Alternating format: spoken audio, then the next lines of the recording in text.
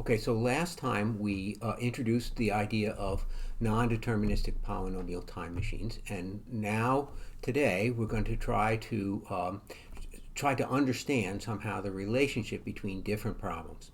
So we have last time criteria for membership in the class NP, which is that they are solvable by a non-deterministic machine in polynomial time.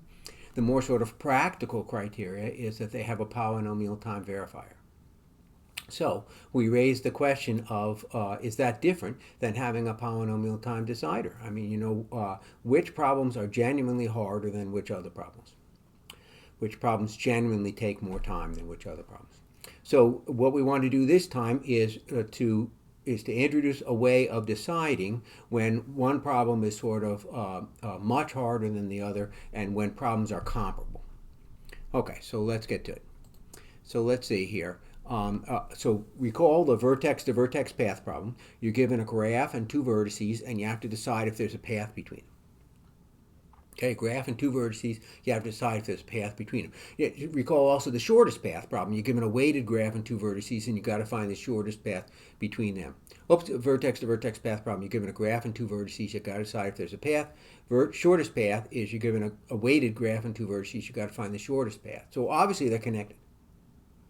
In particular, if you could find the shortest path, you know there is a path. So there's some connection between these two problems, is that shortest path is in some sense a bigger problem, because if you could solve shortest path, right away you could solve vertex-to-vertex path. In the other direction is not so clear, but it is clear that if you could solve shortest path, you could solve vertex-to-vertex path. That is to say, vertex-to-vertex path reduces to shortest path. Shortest path is in some sense a bigger problem. Okay, so to make the relationship precise, we're going to recast them as language decision problems, and we're going to try to somehow compare the two. So here's the language for the vertex-to-vertex path problem, and here's the language for the shortest path problem. You'll remember that we have this criteria for turning optimization problems into language recognition problems. We declare a bound, capital B, and we say there's a path from W0 to W1 shorter than length B. So this is the language L sub B. There'll be a language L sub 1, and a language L sub 2, and a language L sub 3, etc. Oh, now there's a type issue going on here, because shortest path applies to weighted graphs, but we could consider an unweighted graph to be a weighted one if you just take each edge to have a weight of 1. So we're going to ignore the type issue. Up here you can imagine that this unweighted graph is in fact a weighted graph where each edge has weight 1. Okay. Okay, now suppose you could solve the shortest path problem. And in fact, you can. There are perfectly good algorithms to solve the shortest path problem very quickly. Suppose you have a library routine called solve shortest path. You would say that you have a shortest path oracle. This sketches an algorithm that leverages the oracle to solve the vertex-to-vertex path problem. So what you see here is that you input a vertex-to-vertex path triple. So you input a vertex-to-vertex path problem. You change G to a weighted graph by making all the edges have weight 1. You solve the shortest path problem. If there is a shortest path, I don't care how long it is, just if there is a shortest path, then you print yes, and if there is no shortest path, then you print no. You could, for example, here take the bound to be the total of all edges, if you're worried about the bound. Take it to be as large as you need so that it doesn't come into play. So the key idea here, this is the main idea right here. If the oracle is fast, and actually we know there is a fast oracle, but if the oracle is fast, suppose, for example, it runs in polytime, as indeed it does, then because the algorithm above runs in polytime, overall we've given a way to solve vertex-to-vertex path problem in polytime. All this stuff takes polytime, this takes polytime, the whole thing together takes polytime. We've given a way to solve vertex-to-vertex path problem in polytime, so we're able to show that if we knew you could solve shortest path problem in polytime in TP2, then we automatically know you can solve vertex-to-vertex path problem in polytime. So we are showing that somehow membership of shortest path in P automatically drops vertex-to-vertex path problem into P. We're giving a way to kind of localize which problems are fast and which problems are take longer. Okay, so in particular, if shortest path is in P, then vertex to vertex path problem is also in P. Okay. So the definition. Let L0 and L1 be languages, and L1 is polynomial time reducible to L0.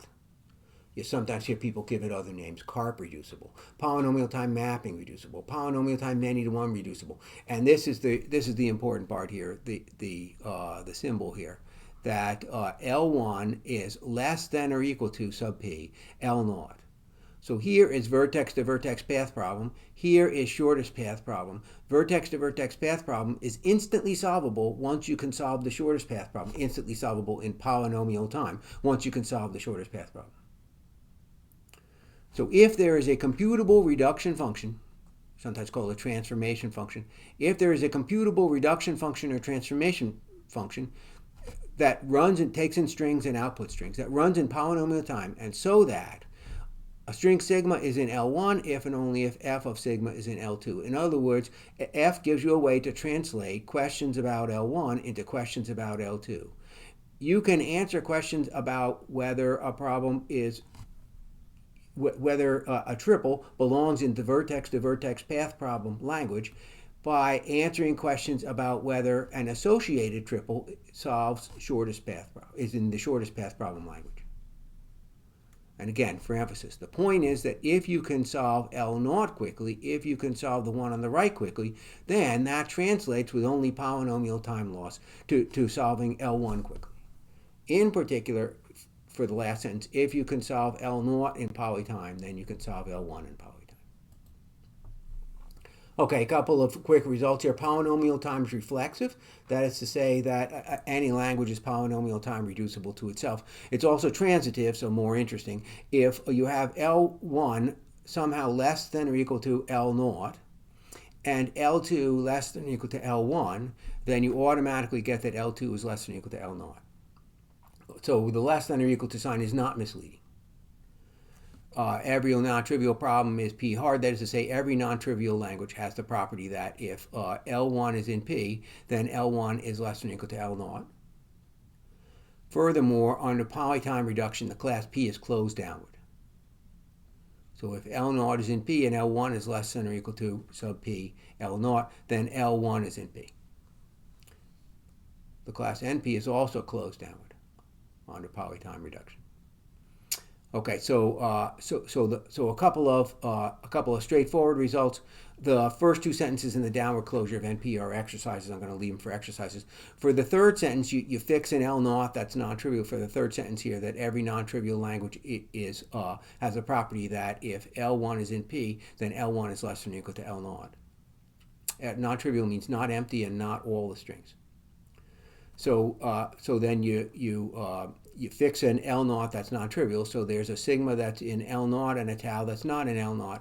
And then you let L1 be an element of the class capital P. We'll specify a reduction function, f sub L1, for giving L1 less than or equal to L0.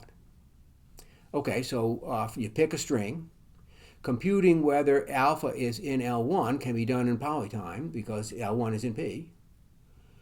If it is a member, then you set f sub L1 of alpha to be sigma, and if it's not a member, you set f sub L1 of alpha to be tau.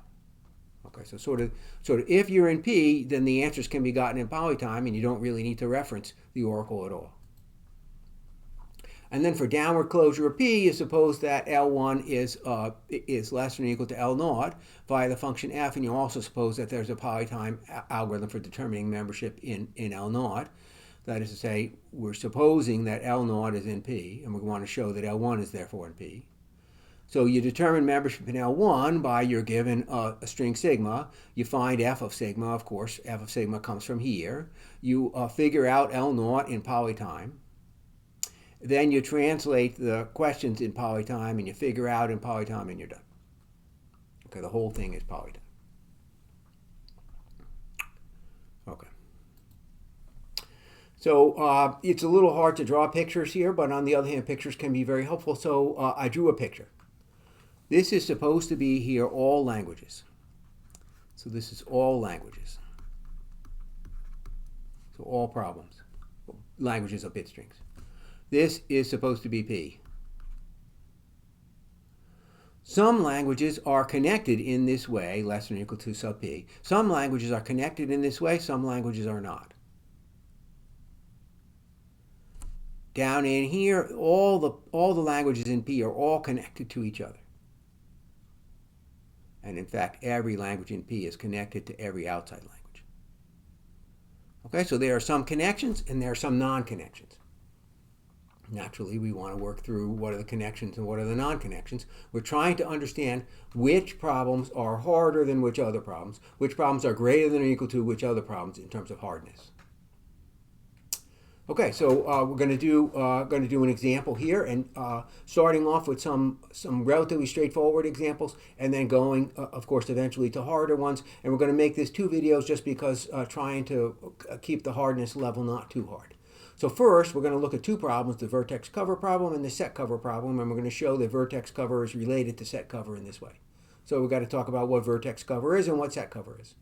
Vertex cover first. So vertex cover inputs a graph and a number, some bound. It asks if there are vertices.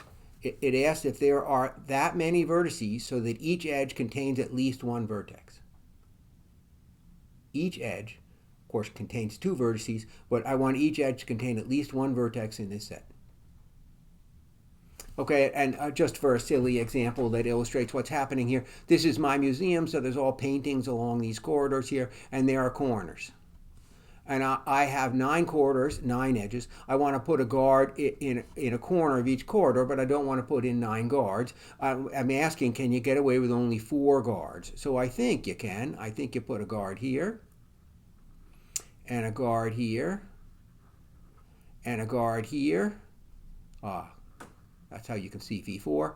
And then a guard here. That's how you can see V8. And now I think for every corridor, for every edge, there is a vertex associated with that edge. That is to say, there is a guard who is watching that corridor.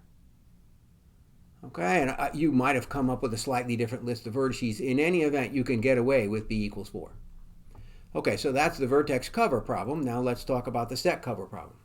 Set cover problem is similar. So inputs a set capital U, that's the universal set, and a number, a capital B bound, and a collection of subsets of U.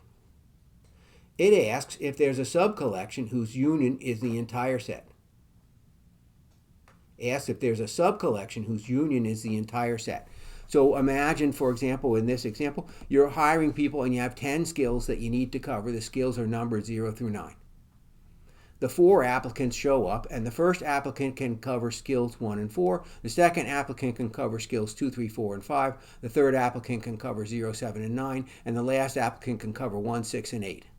Do you have to hire all 4 applicants, or can you get away with only 3? And the answer is you can get away with only 3, because by taking 1, 2, and 3, you cover all of the skills, all of the numbers 0 through 9, all the numbers in capital U. Okay, so is there a subset that covers capital U? Is there a subset of the vertices that covers all the edges? So the two problems are clearly somewhat like each other, and we're going to show that vertex cover is less than or equal to set cover. Vertex cover reduces to set cover by showing how to translate instances of vertex cover into instances of set cover. So if you could solve set cover problems quickly, then you could solve vertex cover problems quickly. You translate vertex cover problem into a set cover problem. That takes polynomial time. You solve the set cover problem, and that you do that quickly, and now you know your answer. Okay, so we're going to write each of them as a language decision problem. Here is a set cover problem. It has a universal set. It has some subsets, and it's supposed to be the case that B of them cover U. And then here is a vertex cover problem. It's got a graph and a bound B, and some subset of the vertices, B many of them, cover all the edges. Okay, so we got to produce, of course, a polytime computable function that takes in strings from L1 and outputs strings that will give us members of L0. All right, so we want that sigma is in L1 if and only if f of sigma is in L0. naught. So we can translate questions about vertex cover into questions about set cover. Okay, and of course we have to produce the polytime computable function. So the whole job is producing a function. It's got to be polytime computable. Okay, and because the two problems are related, it's not the world's hardest job to do. So you're given a string here, you're given a question about vertex cover, and you take U to be the set of all the edges. For each of G's vertices, V, you let S sub Vi be the edges that contain that vertex. That is, for each of G's vertices, Vi, you let S sub Vi be the edges that contain that vertex. So S sub V1 would be all the edges in script G that contain the vertex V1. In the picture below, that is A, G, D, and B. Okay? And then you define f of sigma to be the problem that takes in U, where U remembers all of G's edges. S naught through Sm is the set associated with vertex V naught, the set associated with vertex V1, etc., up to the set associated with vertex Vm. And then B is the same B as up here. Okay, so what we have then is we have a pretty clear function. You take in G and B, and I've given a description for how do you compute f of sigma, and obviously that's computable in polytime. You can obviously take the set of G's edges in polytime in the size of the representation. You can develop each of these sets in polytime, and so that gives you a string representation for that gives you f of sigma in polytime. And furthermore, for the bound B, there's a collection of sets if and only if the collection of vertices is a vertex cover of G. So again, there's a collection of associated sets if and only if the associated collection of vertices is a vertex cover of G. So just as an example for the coordinate guard problem, remember the V1, the V2, the V5, and the V7. Well, the associated sets are capital U is, of course, all of the edges, A through I. There they are, A, B, C, D, E, F, G, etc., A through I. And let's see, what is S sub V1? Well, S sub V1 is A, B, D. And what is S sub V2? S sub V2 is B, E, C, like that. I guess I left out S sub V naught. I apologize. Just a mistake. S sub V naught. Just a typo. Okay, now the set cover then, the set cover is just exactly related to the vertex cover. S sub V naught, S sub V2, S sub V5, S sub V7 is exactly associated with the vertex cover. So we gave a way to translate vertex cover questions into set cover questions. If you can answer set cover questions, if you had a set cover oracle, then you could quickly answer vertex cover questions. If you could answer set cover questions, then you could quickly answer vertex cover questions. And where quickly means what it's meant for a long time now, using Coblam's criteria in polytime. Okay, now, so we're going to stop there. And we're going to come back, when we come back in the second video there, we're going to talk about graph colorability and satisfiability and go through a somewhat longer argument. And we're going to talk about satisfiability and clique. And again, a somewhat longer argument. So we're going to come back with a couple of more examples. They're just a little longer. So we're trying to just reduce the complexity of the video. That's all.